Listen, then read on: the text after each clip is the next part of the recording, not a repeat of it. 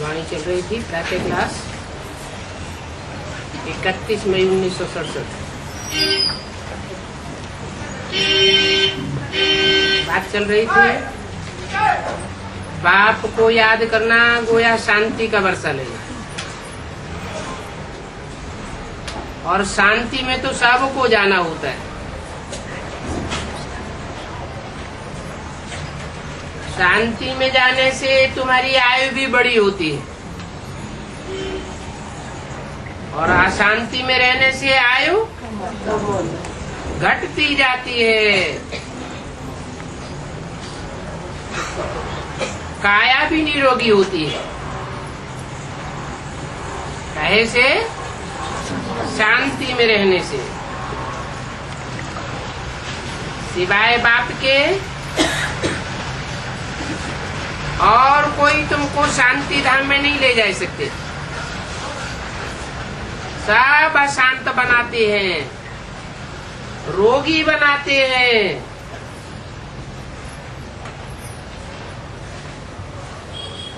आयु क्षीण कर देते हैं। कोई भी तुम्हें सुदर्शन चक्रधारी नहीं बना सकते, और आत्मा ही सुदर्शन चक्रधारी बनती है।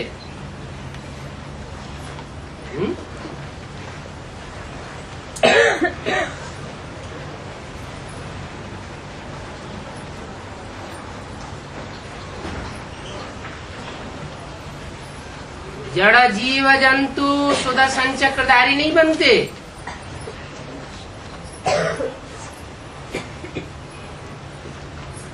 आत्मा बनती है।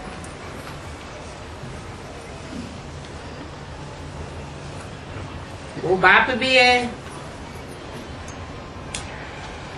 क्योंकि सृष्टि के आदि मध्य अंत का ज्ञान उनके पास है।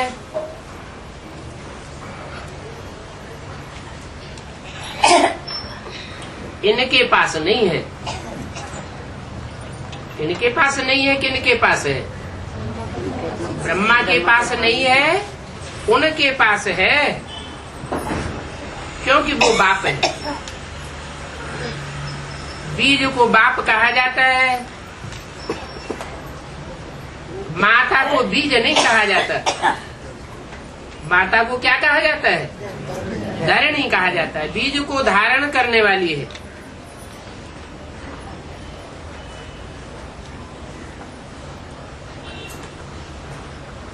और वो बाप गीता सुना करके अब नई दुनिया स्थापन कर रहे हैं।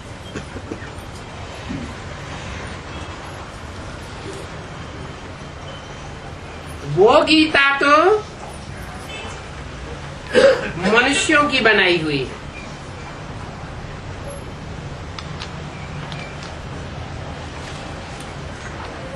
कौन सी गीता?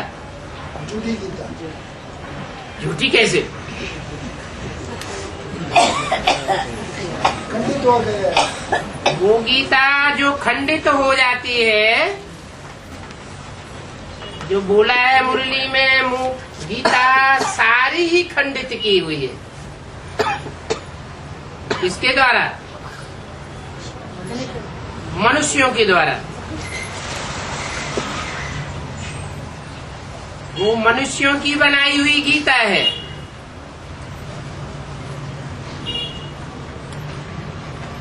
उसमें छाप किसकी डाली हुई है?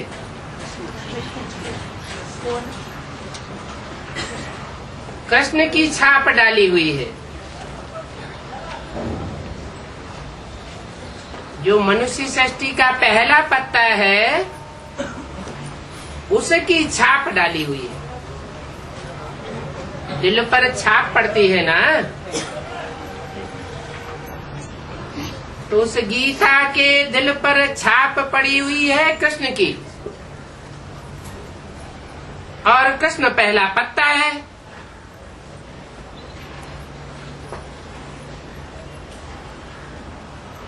फिर बाप कौन है? बीज है बाप। मना पत्ता जब पुरुषार्थी जीवन में होता है, साकार जीवन में होता है तो बीज रूप स्टेज धारण नहीं करता अपने साकार शरीर से। इब्राहिम, बुद्ध, क्राइस्ट, गुरु नानक सब अपने अपने धर्म के बीज हैं। सब निराकारी बीज रूप स्टेज धारण करते हैं।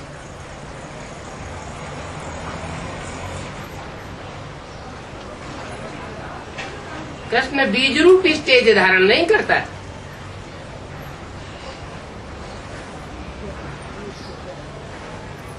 ब्रह्मा के इतने भी चित्र हैं। ब्रह्मा कहो, ब्रह्मा और सतयुग में कृष्ण कहो, बात तो एक ही है।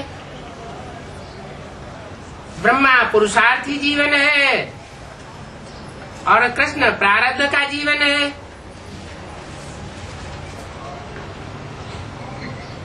प्रारब्ध लेने वाला कृष्ण षष्ठी रूपी वृक्ष के पत्तों में से सबसे श्रेष्ठ पत्ता है।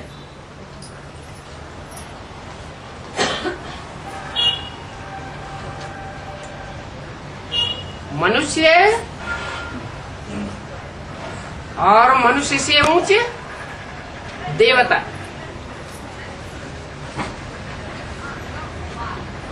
देवताओं के रूप में जन्म लेने वालों में सर्वोपरि।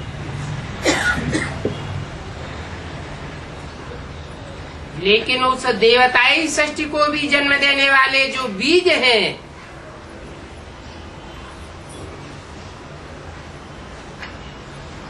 वो बीज रूप स्टेज को धारण करने वाले हैं।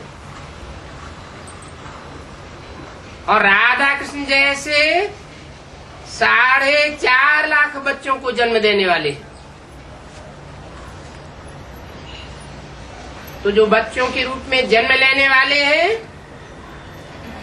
वो है आधार।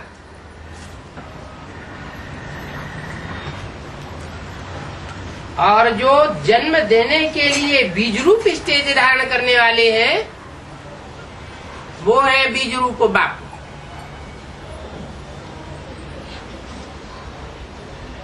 बाप बैठ सारा समझाते हैं।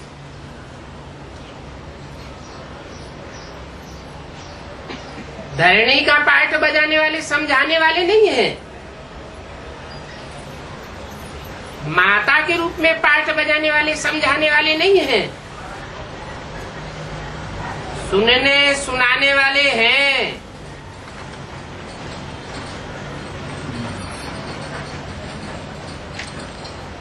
परंतु आत्मा नहीं बनते हैं। अपने पुरुषार्थ से बीज रूप आत्मा बन जाए सो नहीं बनते। फिर कैसे बनते हैं? जो बीज रूप आत्माएं हैं उन बीज रूप आत्माओं में जब प्रवेश करते हैं तो उनके संग के रंग से वो बीज उनको अपना रंग लगाए देते हैं। किनको? राधा जैसे जन्म लेने वाली बच्चों को, जो पूर्व जन्म में पुरुषार्थ तो किया, ज्ञान तो सुना, धारणा भी की, लेकिन अधूरा ज्ञान बुद्धि में बैठा। गीता ज्ञानामृत बन करके बुद्धि में नहीं बैठा, गीता बुद्धि में बैठी।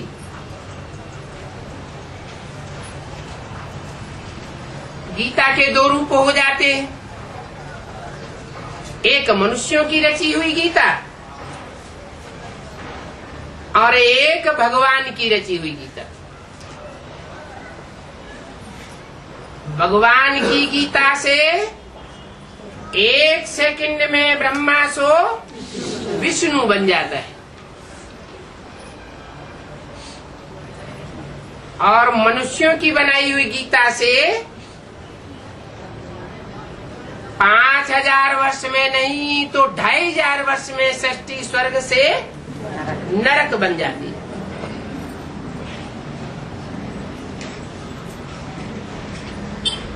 ये बाप बैठ सारा समझाते हैं।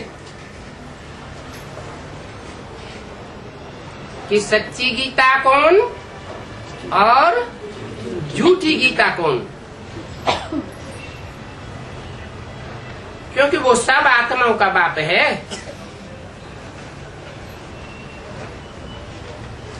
जिन जिन आत्माओं का बाप है वो सब बच्चे आपस में भाई भाई हो जाते हैं।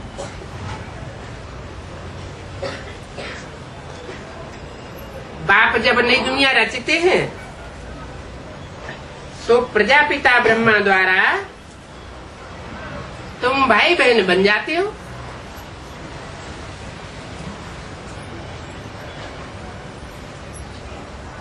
हर एक ब्रह्मा कुमार कुमारी है।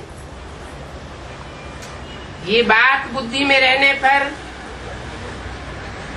फिर स्त्री पुरुष का भान निकल जाता है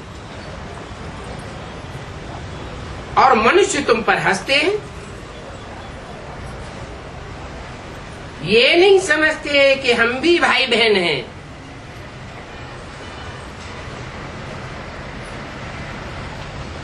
कैसे भाई बहन हैं? सारी मनुष्य सृष्टि को आज नहीं तो कल प्रजापिता ब्रह्मा का बच्चा बनना है।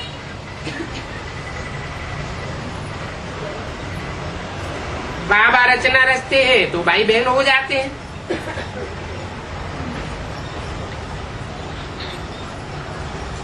जबकि क्रिमिनल दृष्टि निकल जाती है।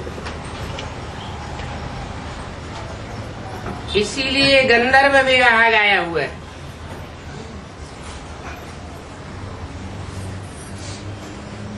कब की बात है?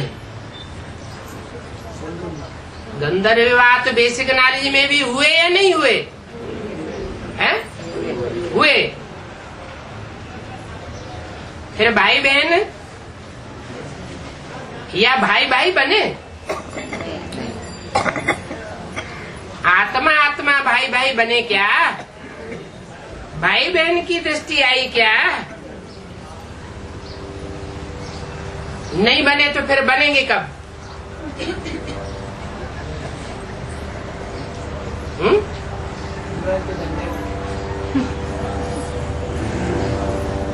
भाई बहन बनते हैं तब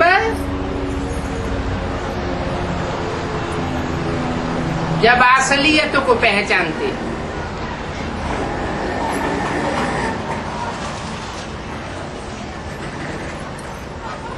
दो मालाएं तैयार होती है, एक ब्रह्मा सो विष्णु की माला।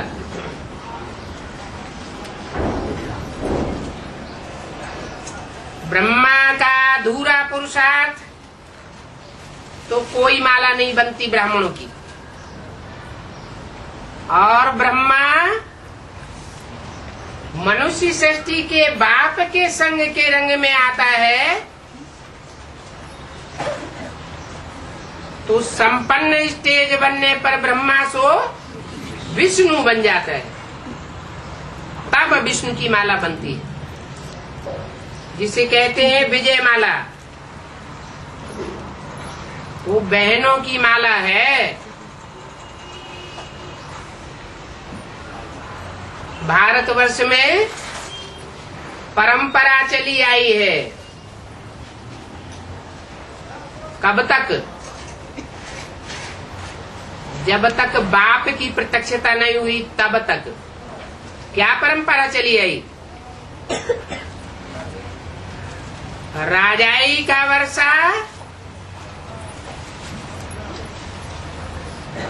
कन्याओं को नहीं मिलता है। किसको मिलता है? भाई को मिलता है, बहन को नहीं मिलता।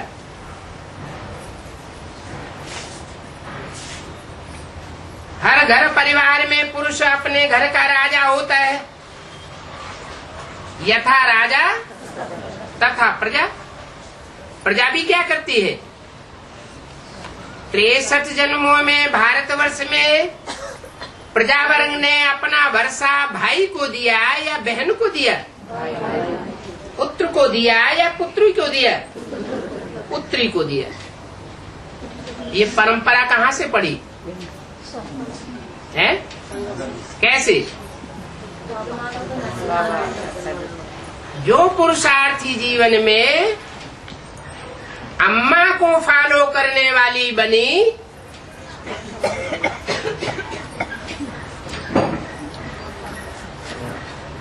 वो कन्याएं बन गई।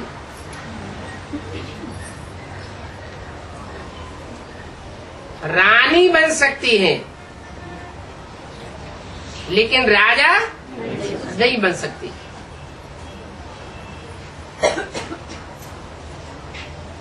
उसका नाम है विजय माला। माला माना संगठन। संगठन काय से बनता है? प्योरिटी से संगठन बनता है। वो प्योरिटी से यूनिटी बनाने वाली कन्याएं 63 जन्म भी पवित्रता को धारण करती है। नंबर 1।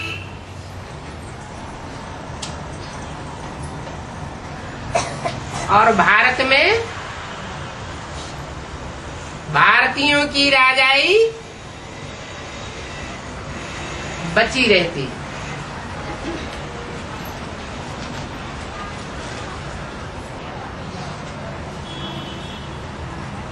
माता में प्योरिटी ज्यादा होती है।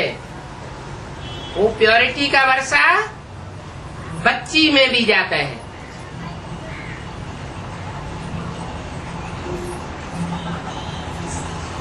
ये प्योरिटी की पढ़ाई पढ़ने में कौन ज्यादा तीखे जाते हैं? आज भी देखा जाए तो कन्याएं तीखी जाती हैं।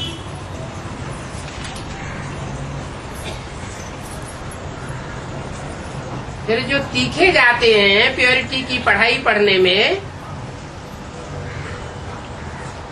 उनको वर्षा मिलना चाहिए।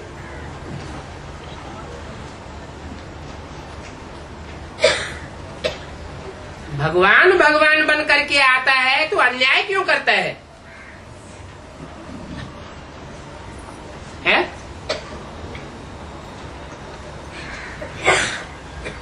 जब है ही पवित्रता की पढ़ाई,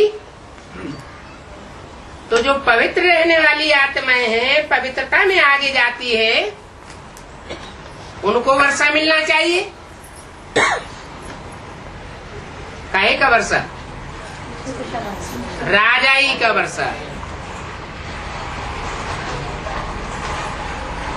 तो भगवान आकर के कन्याओं को क्यों नहीं राजाई देता है?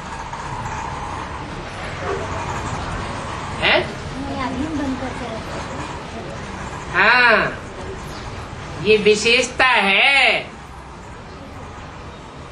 जो कन्या का जीवन धारण करके अधीन होकर के रहती है, उसकी पवित्रता अक्षुण्ण रहती है। भारतीय परंपरा ऐसा कहती है। और विदेशी परंपरा में क्या होता है? कन्याएं बचपन से ही स्वतंत्र हो जाती है। माँ बाप की अधीनता में नहीं रहती।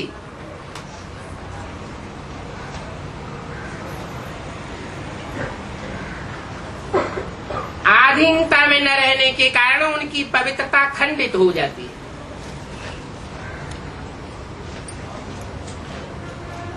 इसलिए भारत की माताएं गाई हुई है। भारत की माताएं अव्यक्तवाणी में क्या बोला है उनके लिए? भारत माता शिव शक्ति अवतार अंत का यही नारा है। अंत का नारा है, आदि और मध्य का नारा नहीं है। उन माताओं ने भी आदि में और मध्य में वो करिश्मा नहीं दिखाया।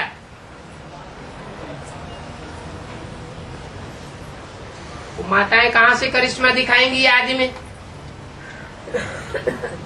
जो बीज रूप बाप है,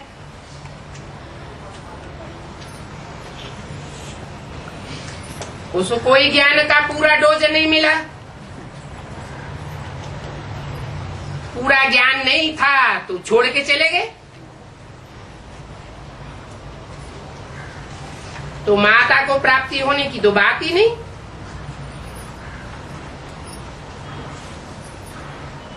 वो बेसिक नॉलेज की बात हुई। एडवांस नॉलेज में भी जमदे जामदे नहीं हो सकता। ऐसे नहीं कि 76 बाप का प्रत्यक्षता वर्ष है,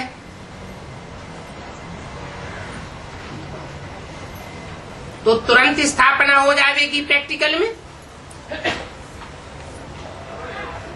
पहले नंबरवार बुद्धि रूपी क्षेत्र में प्रत्यक्षता होगी सुखधाम और शांति धाम की, या प्रैक्टिकल में सुखधाम शांति धाम बन जाएगा।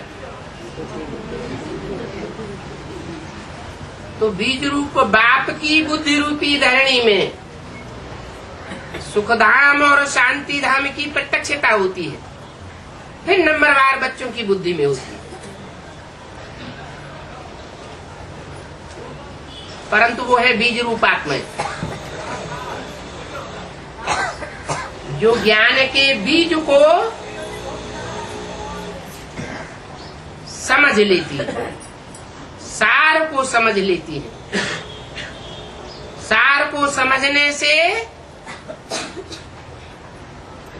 जब बुद्धि रूपी धरणी में वो सार बोया जाता है तो विस्तार भी हो जाता है। जितना जितना बीज सूक्ष्म होगा उतना उतना वृक्ष विस्तार को पाने वाला होगा। मिसाल देते हैं बड़ वृक्ष का।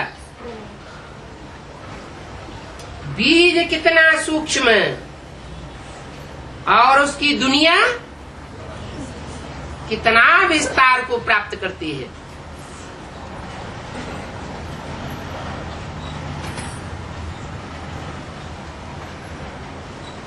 परंतु जो भी बीज रूप आत्माएं हैं उनका बीज कौन?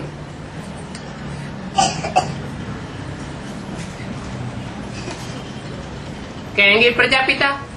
अरे आत्माओं का पिता भी प्रजापिता है क्या? वो तो सारी मनुष्य सृष्टि का पिता है। मनुष्य सृष्टि में ऐसी भी आत्माएं हैं जो भगवान के आने पर बीज रूप स्टेज को पूरा पूरा धारण कर लेती है, बीज बन जाती है, देवभान का नाम निशान नहीं रहता। ऐसी बीज रूप आत्मा बनती है कि दृष्टि मात्र से भी, ज्ञानेंद्रियों के संसर्ग से भी उनको संतान पैदा करने की दरकार नहीं रहती। जैसे राधा कृष्ण और लक्ष्मी नारायण के चित्र में दिखाया है, लक्ष्मी नारायण दृष्टि मात्र से भी एक दूसरे को नहीं देख रहे हैं। वो संगम युग की स्वर्णिम युग की दुनिया में खड़े हैं और राधा कृष्ण सत्य की दुनिया में वो दृष्टि का सुख ले रहे हैं। भले अभी विचारी दृष्टि है लेकिन ज्ञानेंद्रियों का सुख तो ले रहे हैं। वो ज्ञानेंद्रियां भी देह का हिस्सा तो है। तो ऐसे बच्चे जो आत्मा तो हैं, जैसे 500 करोड़ मनुष्य आत्माएं हैं, वो सब देहभान का सुख भोगने वाली है।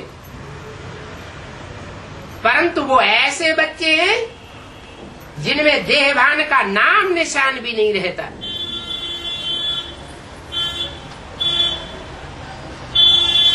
संपूर्ण आत्मा बन जाते हैं। ऐसे आत्मा बनने वाले रूहानी बच्चों का बाप कौन होगा? है? प्रजापिता तो हो नहीं सकता। वो तो देह अभिमानियों का भी बाप है। राम सो रावण बनता है, तो बिना देहवान के रावण बन जाएगा क्या? देहभान तो धारण करना पड़े, नहीं तो इतनी बड़ी आसुरी सृष्टि का विनाश भी नहीं हो सकता। जो गीता में लिखा हुआ है,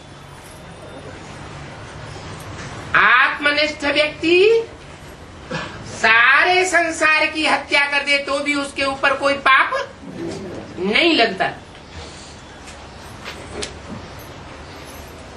देहभान के बगैर हत्या करेगा क्या?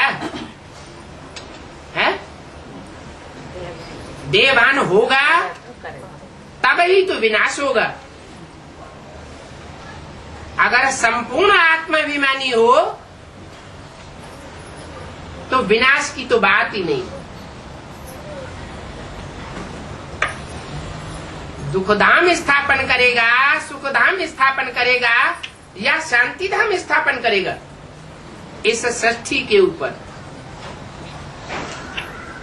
साकार सृष्टि में क्या निर्माण करेगा? शांति धाम बनाएगा। शांति धाम बनाने का निमित्त बनेगा अगर संपूर्ण बीज रूप स्टेज को धारण करेगा। देहभान होगा तो विषय विकार भी होगा।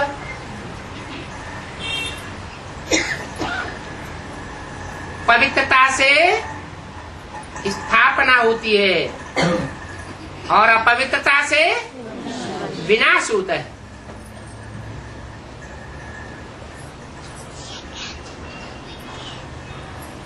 तो ऐसी बीज रूप स्टेज धारण करने वाली आत्माओं का बाप कौन?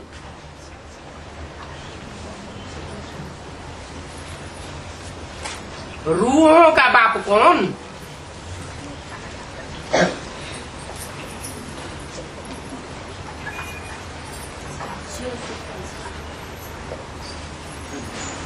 जो रूहों का बाप है वो रूहानी स्टेज के बच्चों की पैदाइश करके जाता है।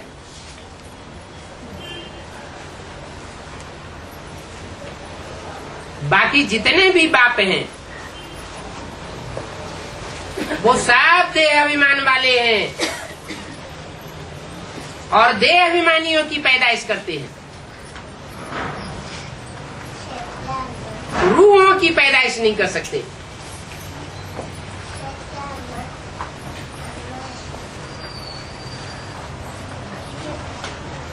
प्रजापिता भी रूहों की पैदाइश करता है या देह अभिमानियों की पैदाइश करता है? हैं? अरे देहधारी होगा तो देहधारियों की पैदाइश करेगा। रूह होगा तो रूहों की पैदाइश करेगा। रूहानी बाप है शिव, परंतु ऐसा बाप है जो अपना शरीर धारण नहीं करता, सदैव रूहानी स्टेज में रहने वाला है और इस सृष्टि का जो बड़े से बड़ा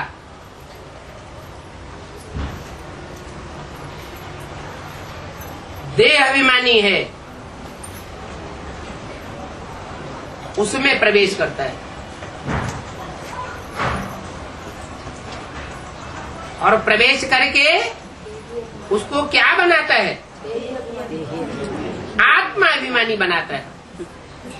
और आत्माभिमानी कैसा बनाता है?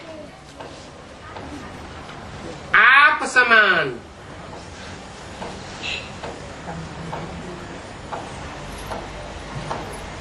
जैसे स्वयं है सदाशिव, ऐसे संगम युग में सदा काल के लिए, सिर्फ संगम युग में सदा काल के लिए आत्मा बनाकर जाता है।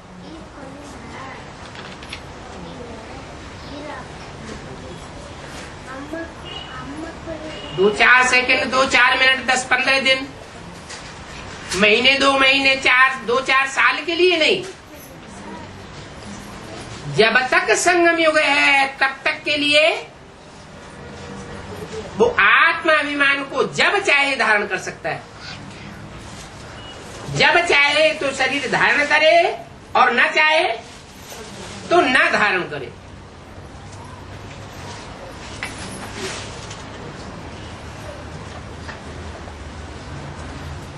आत्मा बनता है तो मनुष्य शक्ति की जो भी आत्मा है सब में प्रवेश करके वो अपना कार्य कर सकता है। एटम बम बनाने वालों की बुद्धि को भी घुमा सकता है।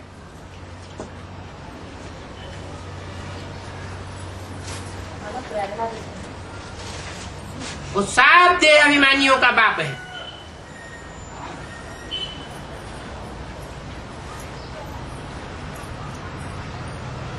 आत्मा अभिमानी कितने हैं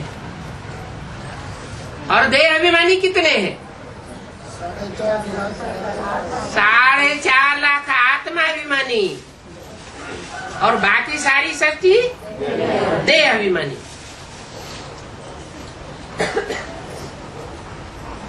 4.5 लाख आत्माओं का बाप वो परमपिता परमात्मा कहा जाता है।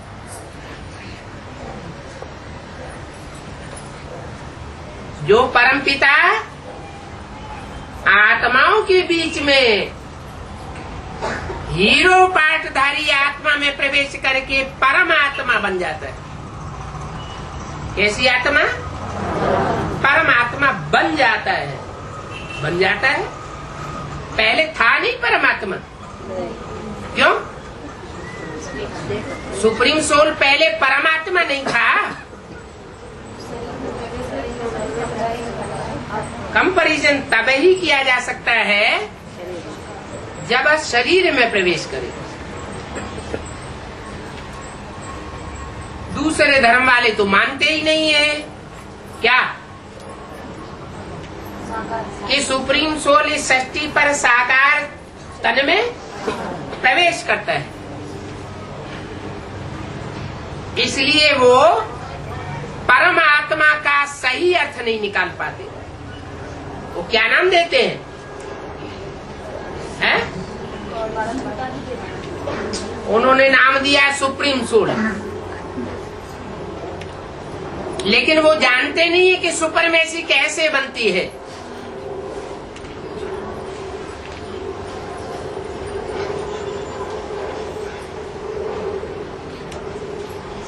Good, better, best. बेस्ट माने सुपरमेसी। सुपरमेसी तो बनती ही तब है जब साकार बने।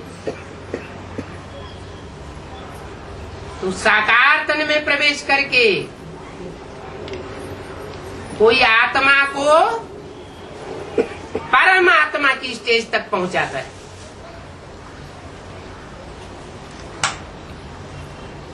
ये परमात्मा टाइटल जो है वो शिव सुप्रीम सोल का है या जिसमें प्रवेश करता है उसका है? क्यों?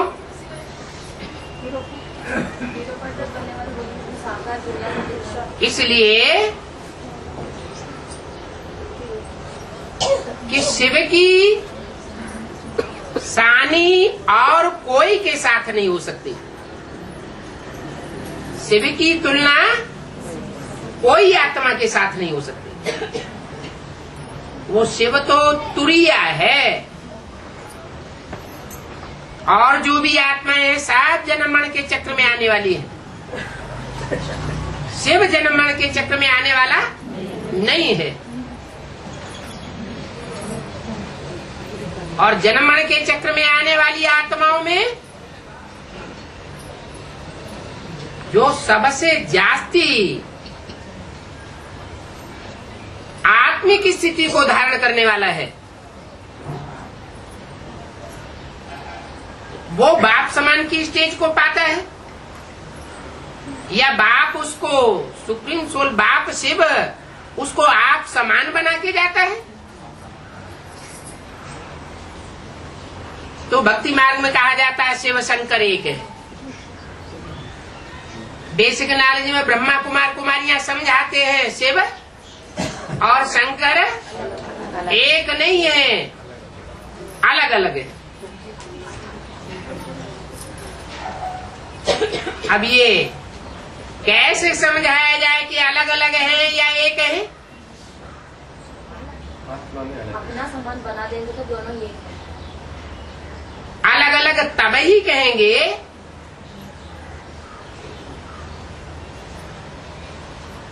जब कोई अलगाव की बात साबित होती हो।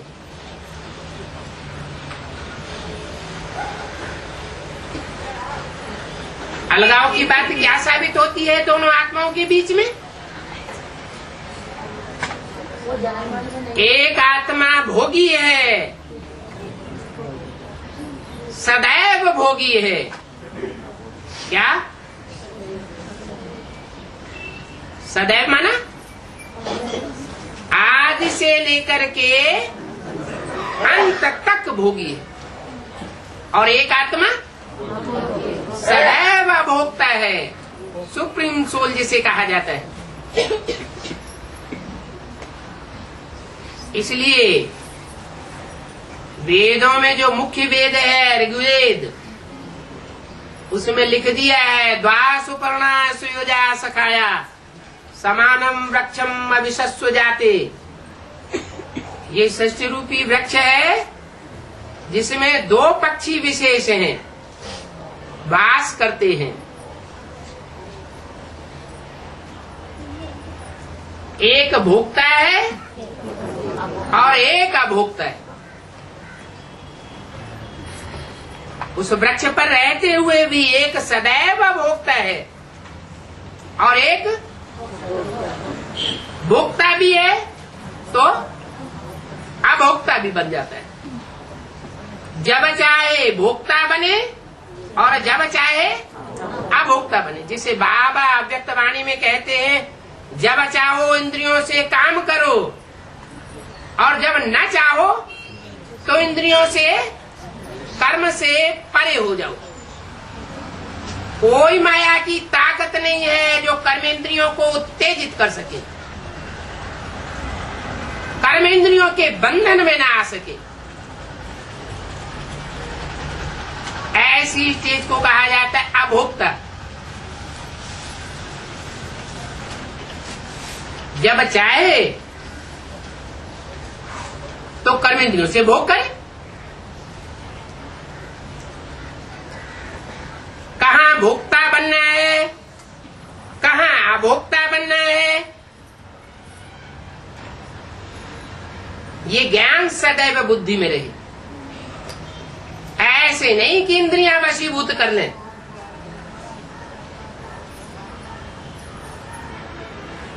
नहीं तो मनुष्य किसको कहा जाता है?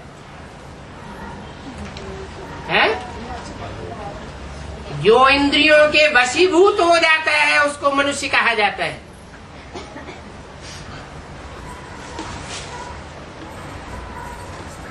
और भगवान किसको कहा जाता है? इंद्रियों को वशीभूत करने और कराने वाले को भगवान कहा जाता है। इंद्रियां बंधन में बांध लेती हैं आत्मा को, तो मनुष्य कहा जाता है। इंद्रियों के बंधन से परे चली जाती है आत्मा, तो देवता बन जाती है।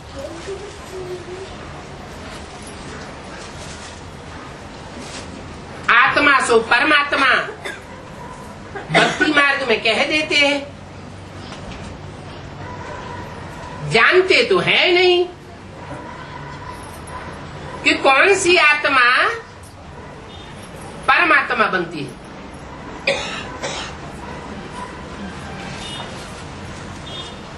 एक ही आत्मा है जो परमात्मा पार्ट बजाती है, वो भी सदा काल के लिए नहीं, सिर्फ संगम युग की बात है। इसलिए कहते हैं आत्मा कभी मरती नहीं।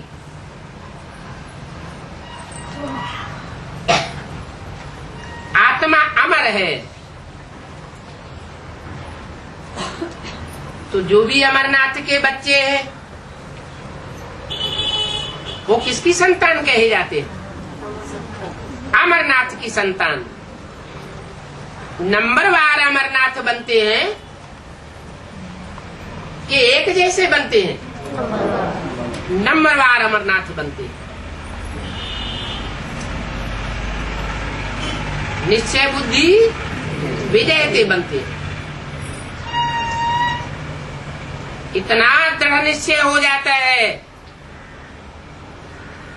कि जीते जी इन आंखों से सृष्टि का विनाश भी देखते हैं और इन आंखों से नई दुनिया भी देखते हैं।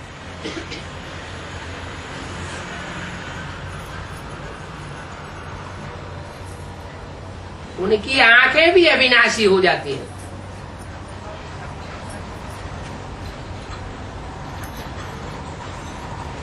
वो बाप के बच्चे हैं, सुप्रीम सोल बाप, जो बड़े से बड़ा बाप है। इब्राहिम, बुद्ध, क्राइस्ट, गुरु नानक भी बाप है।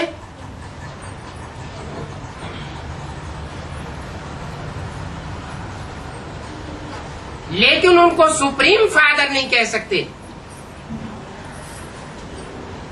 कोई कहते भी नहीं है।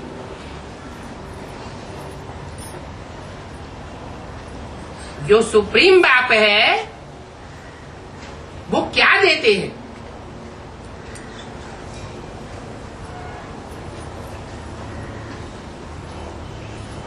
छोटा वर्षा देंगे या बड़ा वर्षा देंगे? क्या है बड़े से बड़ा वर्षा है? गति सदगति तो 500 करोड़ को भी मिलती है? हाँ, शरीर रहते हुए ही गति भी देते हैं। आत्मा गतिमान बनती है, सुदर्शन चक्रधारी बनती है, जड़त्वमयी बुद्धि खलास हो जाती है, अपने स्वरूप को पहचानने वाली बन जाती है, अनेक जन्मों को पहचान लेती है कि मुझ आत्मा ने इस 84 के चक्र में कैसे कैसे क्या क्या और कहां कहां पार्ट बजाया है।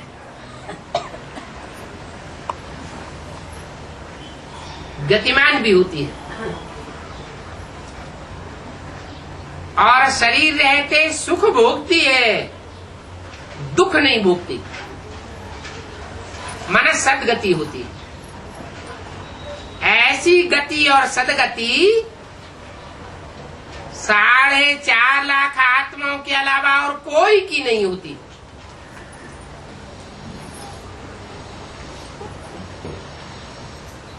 ये है रूहानी बाप के असल रूहानी बच्चे।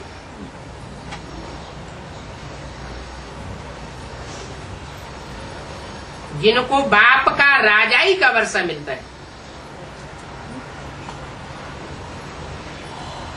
क्या पढ़ाई पढ़ते हैं? राजयोग की पढ़ाई पढ़ते हैं। जो राज सिवाय परमपिता परमात्मा की और कोई सिखा ही नहीं सकता।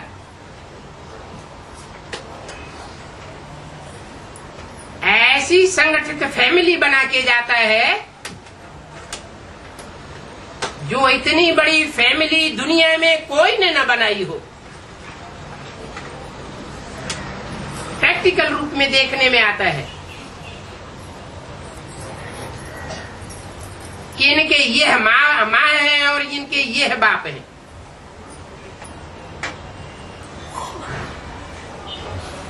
वो फैमिली का संगठन देखने में आता है संगठन रूपी माला भी देखने में आती है।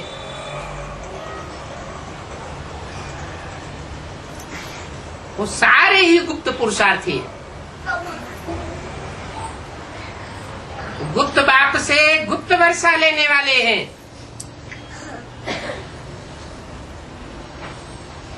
उनका दान गुप्त, जो उस लिस्ट में नहीं होंगे वो अपने दान को प्रत्यक्ष करते रहेंगे।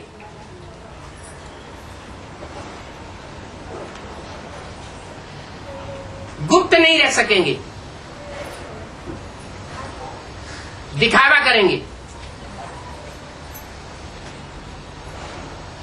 जो गुप्त बाप गुप्त पंडा के गुप्त पांडव बच्चे होंगे, उनका सारा ही दान गुप्त होगा। दुनिया नहीं जान सकती कि इन्होंने क्या तन का दान दिया।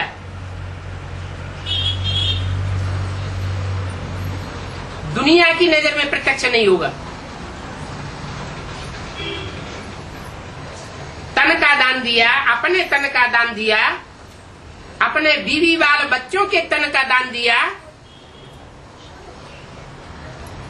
अपने संबंधियों के तन का दान दिया। बाहर की दुनिया वालों को पता नहीं ले सकता।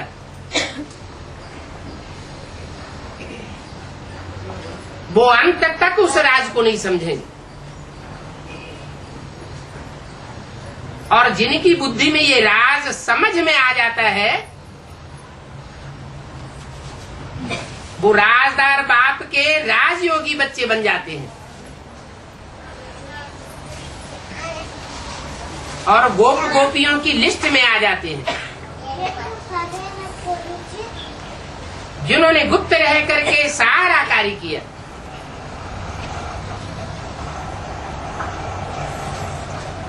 तन का दान भी गुप्त किया, धन का दान भी गुप्त किया।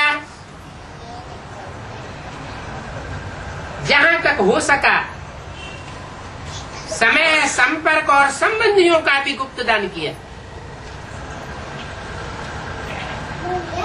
सारी शक्ति गोपनीय तरीके से यज्ञ में यूज की। ये है ही गुप्त पांडव गवर्नमेंट।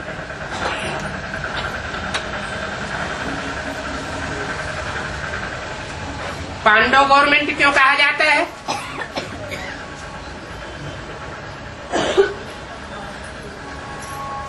हैं? शक्ति गवर्नमेंट क्यों नहीं कहा जाता?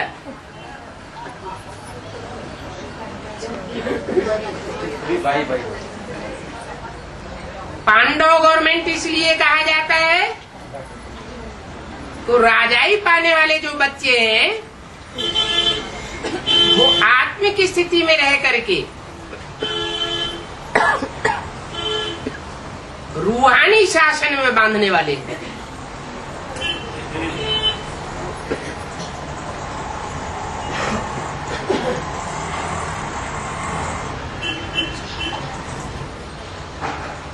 शक्तियां जिनको कहा जाता है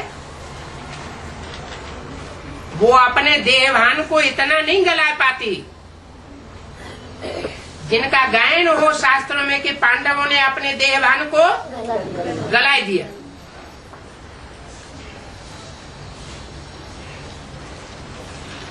इसलिए भगवान का एक रूप है गॉड मदर और एक रूप है गॉड फादर। ब्रह्मा के रूप में है गॉड मदर और प्रजापिता के रूप में है गॉड फादर। इसलिए मुरली में बोला है वास्तव में यह ब्रह्मा तुम्हारी जगदम्बा है परंतु तन पुरुष का है। इसलिए कन्या माताओं के चार्ज में इनको नहीं रखा जा सकता। इसलिए इंचार्ज कौन बनाई जाती है? ओम राधे जगदम्बा सरस्वती।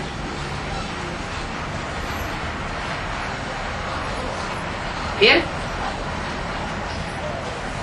जब ब्रह्मा ही वास्तव में जगदम्बा है तो ब्रह्मा की तो पूजा नहीं होती, ब्रह्मा की मूर्तियां नहीं बनाई जाती, ब्रह्मा के मंदिर नहीं बनाए जाते। तो जगदम्बा होने से फायदा क्या हुआ?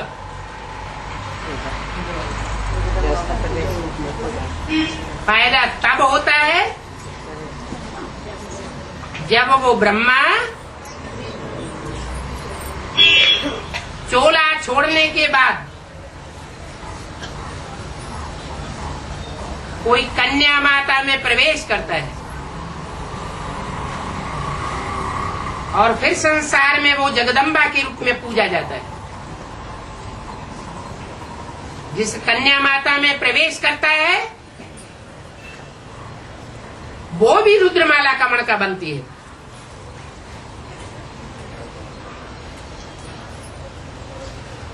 जिसके लिए दिखाया जाता है कि पहाड़ को क्या किया है? सबसे छोटी जो उंगली है उस उंगली के ऊपर पहाड़ को उठा लिया।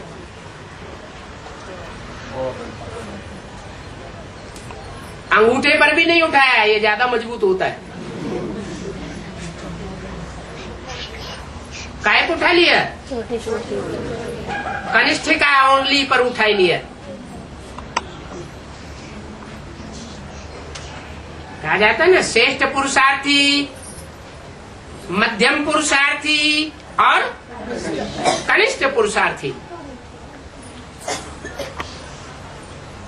तो जब हाथ से काम किया जाता है तो 5 उंगलियों में ज्यादा से ज्यादा ताकत किसमें होती है? अंगूठे में ज्यादा ताकत। और कनिष्ठिका जैसी ताकत है वैसा काम कर पाती।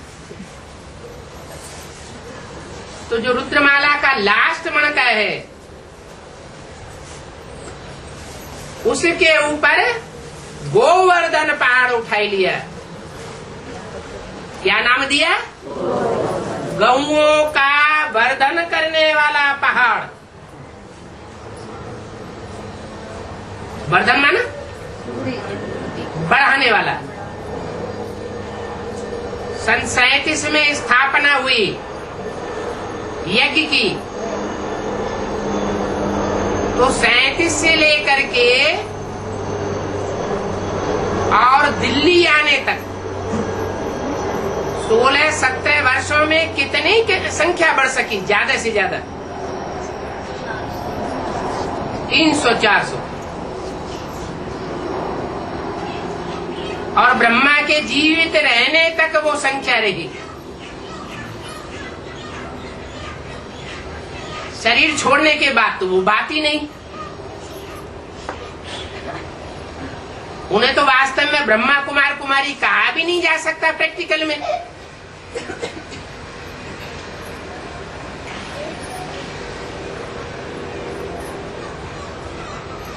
एडवांस में जो अपन को पक्के प्रजापिता ब्रह्मा कुमार कुमारी कहलाते हैं, उनमें जो गुप्त संबंध जोड़ने वाले हैं, गोप गोपी बनते हैं, उनकी संख्या कितनी होती है? 16,000 अभी है। यज्ञ के आदि में भी नहीं थी और अभी भी नहीं है। माने उसको पहाड़ नहीं कह सकते। गौओं को बढ़ाने वाला पहाड़ नहीं कहा जा सकता। जिस पहाड़ के नीचे सुरक्षा मिल जाए। इतनी जास्ती गौओं की वृद्धि होती जाती है कि संसार चमत्कृत हो जाता है।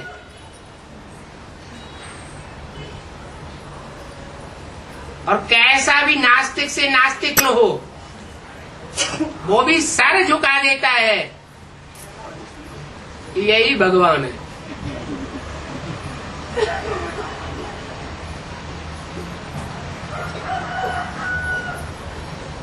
उसको कहते हैं गोवर्धन पहाड़। निमित्त कौन बनता है? हाँ, जगदम्बा निमित्त बनती है।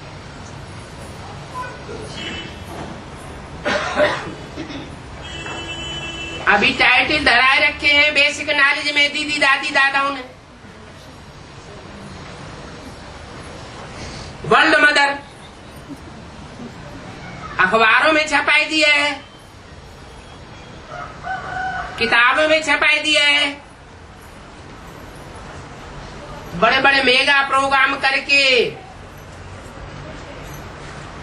शिव ज्योति बिंदु के नीचे अपने चित्र छपा करके 3 मूर्तियां बनाई दी, जिनके लिए अव्यक्तवाणी में बोला 3 सीट्स फिक्स हो गई है, तो फटाफट चित्र बने और 3 सीट फिक्स हो गई। ब्रह्मा, बाप और जगदम्बा, वर्ल्ड मदर। क्योंकि मुरली में बोला है शंकर की जगह मम्मा को बैठाया होता तो समझाने में सहज हो जाता। इसलिए जगदम्बा को हमेशा मेगा प्रोग्राम का जो चित्र होता है उसमें जगदम्बा को ऊपर दिखाया जाएगा, क्योंकि वर्ल्ड मदर है ना। वर्ल्ड गॉडफादर तो ब्रह्मा के तन में आता था, वो तो चला गया। अब गोवर्धन पहाड़ कौन उठाएगा? अब जगदम्बा चाहिए कि नहीं चाहिए? तो जगदम्बा आ गई। कितने गौओं की वृद्धि करेगी? 16,108 कन्याएं सरेंडर होनी चाहिए।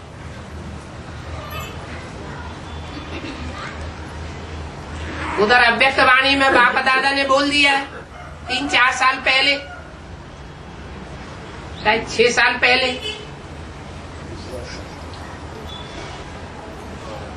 कन्याओं का समर्पण समारोह हो रहा था। उस समय बोला ये आखिरी समर्पण समारोह नहीं है, अभी दोबारा भी समर्पण समारोह करेंगे। क्या मतलब हुआ कि बेसिक नॉलेज में तो बेसिक नॉलेज के बतौर, अधूरी नॉलेज के बतौर समर्पण हुआ, लेकिन आखिरी समर्पण कब माना जाएगा? अरे भगवान होगा तो समर्पण होगा, या भगवान है ही नहीं प्रैक्टिकल में तो समर्पण माना जाएगा। भगवान प्रैक्टिकल में हो तो समर्पण संसार मानेगा।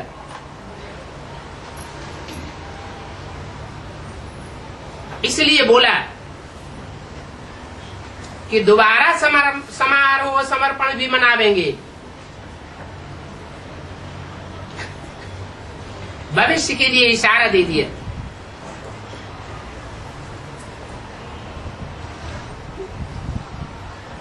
तो जगदम्बा निमित्त बनती है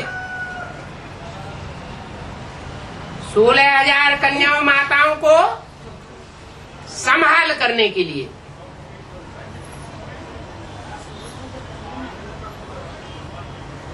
बेसिक नॉलेज में अधूरी नॉलेज वाले ब्राह्मण समझ लेते हैं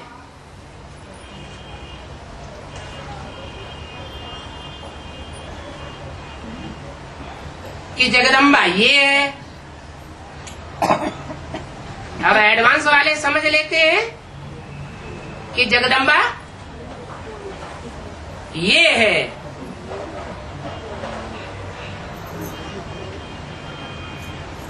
जगदम्बा वही हो सकती है जो सारे जगत का पार्ट, माताओं का, कन्याओं का, जिसके अंदर समाया हुआ हो।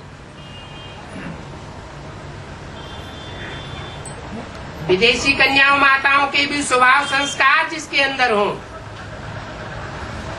और भारतीय कन्या माताओं के भी स्वभाव संस्कार जिसके अंदर हो,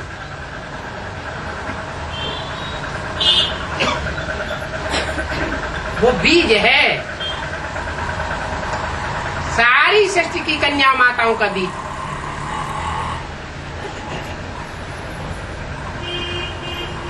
अंत में वो पालना करेगी।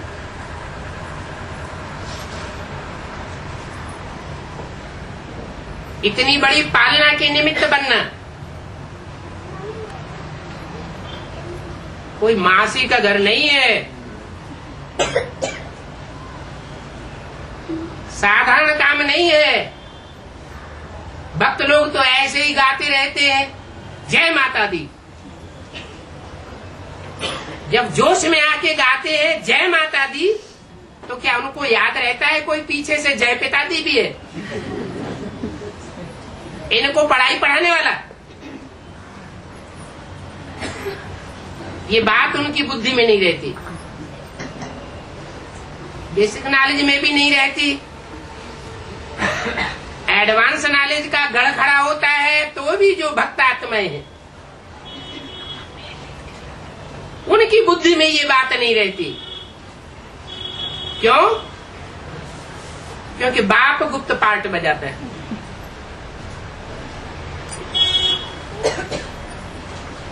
आदि में भी गुप्त था, मध्य में भी गुप्त है। गुप्त है कि अभी प्रत्यक्ष है? बच्चों के साथ प्रत्यक्ष है। बच्चों को अनिश्चय नहीं आता है? बच्चों को अनिश्चय नहीं आता? बच्चों को भी अनिश्चय आता है। कोई छाती ठोक के नहीं कह सकता कि हमको न कभी अनिश्चय आया है, न आ रहा है और न आगे चल के आएगा। माया अभी तो बताया कितने बड़े बड़े पोस्टर छपाए रखे हैं। माने हिलाने वाली अभी समझ में नहीं आई। जब हिलाने वाली समझ में नहीं आएगी तो स्त्रीयम करने वाला कौन है वो भी समझ में नहीं आएगा। थमाने वाला कौन है और हिलाने वाला कौन है? रावण कौन है और राम कौन है? दोनों की पहचान साथ साथ होगी या एक की पहचान होगी एक की नहीं होगी? दोनों की पहचान होना माना ज्ञानी।